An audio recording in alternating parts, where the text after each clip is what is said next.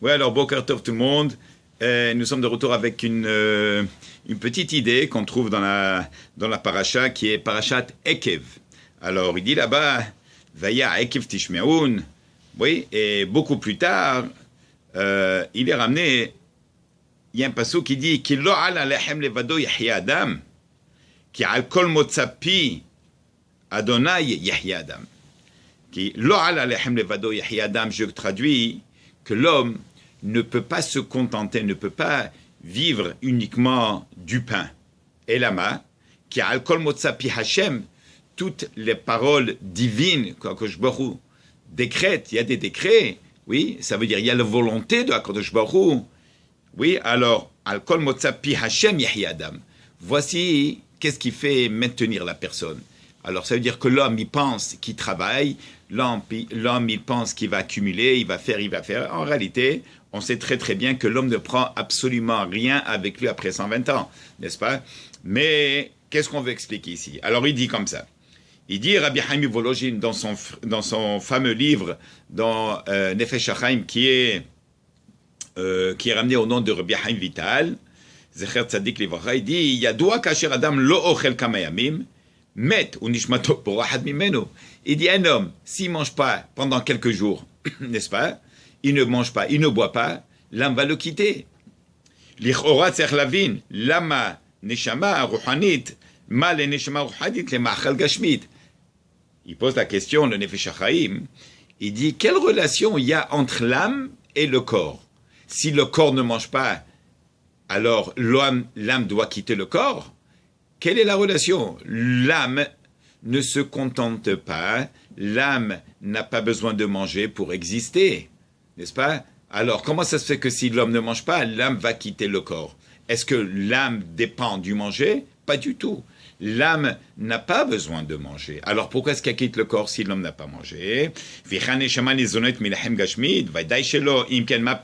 Alors, de quoi est-ce qu'on parle ici?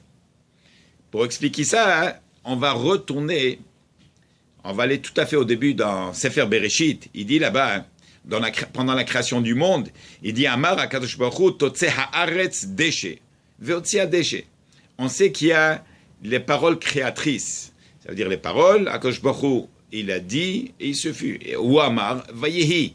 N'est-ce pas? HaKadosh Baruch Hu n'est pas parti commander des matériaux comme le bois et les métaux et les ciments pour construire et pour créer ce monde, Chas v'Shalom. Il a dit, il suffit, Hu Amar vayehi. La parole d'Akadosh Baruch Hu, la parole même a créé non seulement le monde, mais tout ce qu'il y a tout autour et tout ce qui existe dans le monde. Alors, il donne un exemple. Totzeh haaretz deshe, quand il a donné d'ordre, il a ordonné la terre de sortir le monde végétal, n'est-ce pas? Alors, le monde végétal est sorti. Vechen kol bria, et aussi toute créature. Qu'Akadosh Baruch Hu, il a voulu, par sa volonté, qui existe sur la terre. Ça veut dire, kol ha bria nivreda alidei mamar piv shel HaKadosh Baruch Hu, toute la création a été créée par des paroles créatrices de HaKadosh Baruch Hu. Vahevel hanotzar mipiv yitbarach noten koach ladavar umekayem oto. Et la parole créatrice, les paroles, n'est-ce pas? La parole qui est sortie de lui, qui viachol Baruch Hu, de HaKadosh Baruch Hu, dès que la parole a quitté la bouche de HaKadosh Baruch Hu, n'est-ce pas? Alors, elle a créé. Ça veut dire le fait que l'air sort, ce qu'on appelle le Hevel, eh bien, c'est ça qui donne le Koach, la Davaru Mekemoto. Qu'est-ce qui fait exister non seulement que ça va sortir et ça va pousser, mais qu'est-ce qui fait que ça continue à pousser et exister? Ce qu'on appelle, c'est la parole même. Le fait qu'Akadosh Baruch Hu a ordonné, c'est pas que ça va pousser et ça s'arrête ici, mais le fait qu'Akadosh Baruch Hu a ordonné, cette parole est sortie, l'air qui est sorti, c'est Davka ça qui va faire que, on a donné l'exemple du monde végétal, donc le monde végétal, il a une force spirituelle qui est sortie d'Akadosh Baruch Hu. Cette force, cette énergie positive, spirituelle qui est sortie de lui, qui viachol Baruch Hu, d'Akadosh Baruch Hu, c'est elle qui donne l'existence non seulement aux plantes, au monde végétal, au monde inerte, au monde végétal, au monde animal et au monde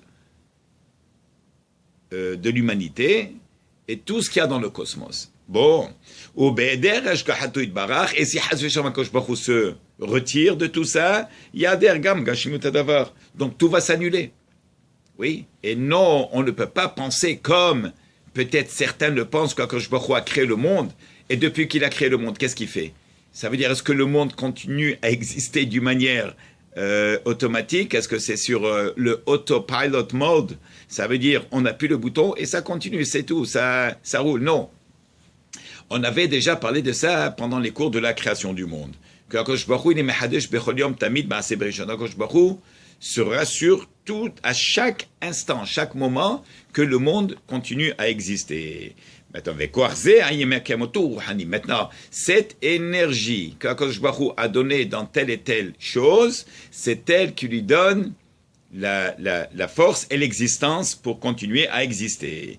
Nimtza ki kol machal murkab mishne dvarim. Si on a compris ça, on va comprendre que chaque chose qui est autour de nous a en elle deux éléments. Un élément qui est physique et un élément spirituel. Le côté physique, c'est elle-même ou lui-même qui a poussé, qui a grandi. Et le deuxième, c'est l'aspect spirituel qui est venu de lui-même, du créateur d'Akadosh Baruch Hu. Si on prend par exemple l'homme, il y a un corps. Mais le corps ne peut pas exister s'il n'y a pas une neshama. Oui. La preuve, c'est quand le moment arrive que l'homme doit quitter le monde après 120 ans, il dit à Akadosh Baruch Hu, je prends ma part et vous prenez votre part. La neshama vient de lui et il laisse devant l'humanité le corps qui est venu d'ici bas. Le fait qu'on retire la neshama, le corps ne peut plus bouger. Oui, si j'enlève mon costume, je le pose par terre, est-ce que mon costume va bouger? Non. Dès que je le mets sur moi, le costume bouge. Je lève ma main, mon costume se lève. La même chose avec la neshama. C'est la neshama qui fait véhiculer, c'est elle qui véhicule dans le corps.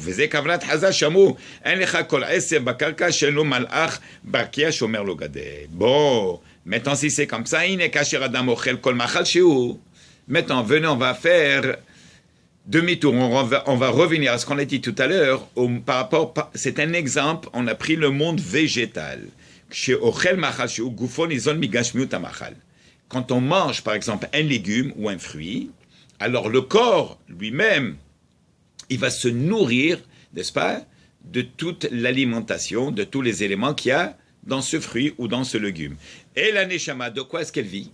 Ah, elle vit du souffle qui est sorti de Akadosh Baruch Hu quand il a mentionné cette parole créatrice. Ce souffle, il est encore dans le fruit et dans le légume. Jusqu'à toute l'existence du monde, jusqu'à la fin des temps. Oui, ça c'est quelque chose qu'il faut comprendre. Le fruit ne peut pas exister par lui-même. Il ne peut pas pousser. Il va pousser, il peut sortir, mais il ne va pas exister s'il n'a pas en lui le souffle d'Akadosh Baruch Hu qui lui a dit de pousser et de grandir et de donner son fruit quand il a parlé à l'arbre, aux arbres, quand il a parlé à la terre, quand il a parlé au monde animal, quand il a parlé à l'humanité. Et là,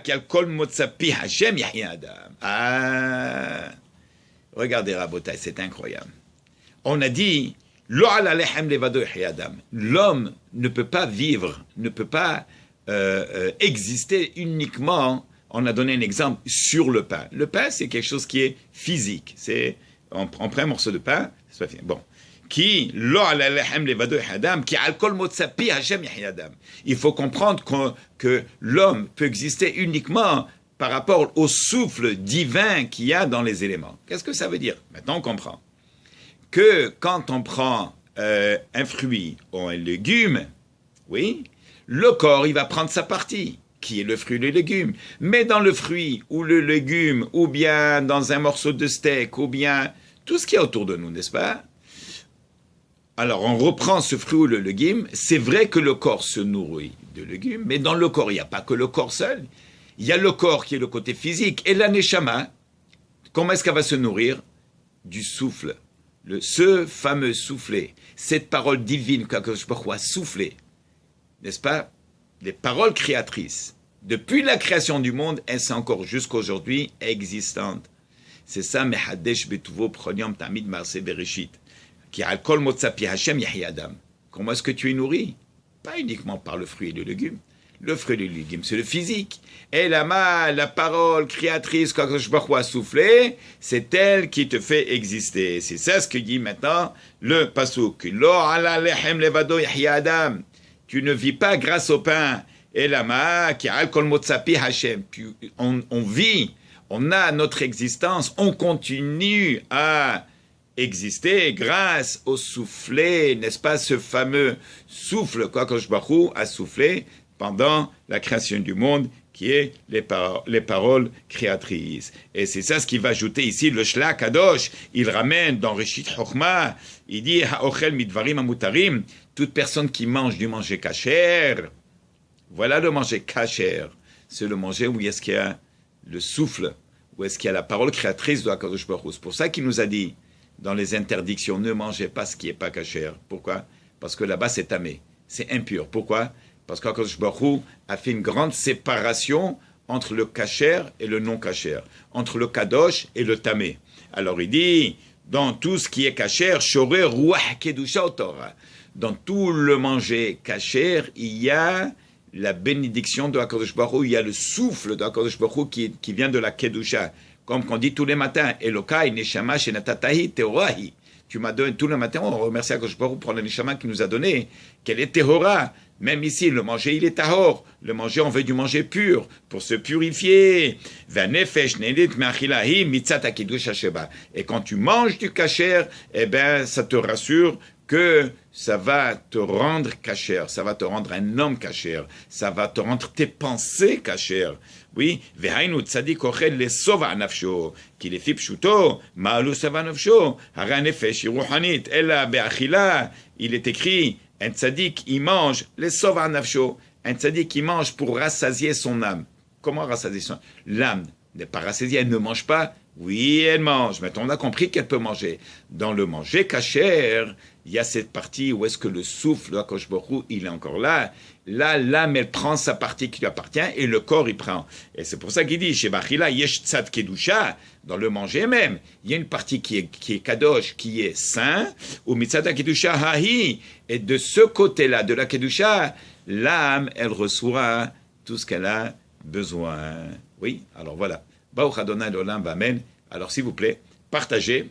Et puis on se revoit demain, Bezrat Hashem, avec une autre partie de la paracha. Baruchim to you. Une bonne journée à tout le monde.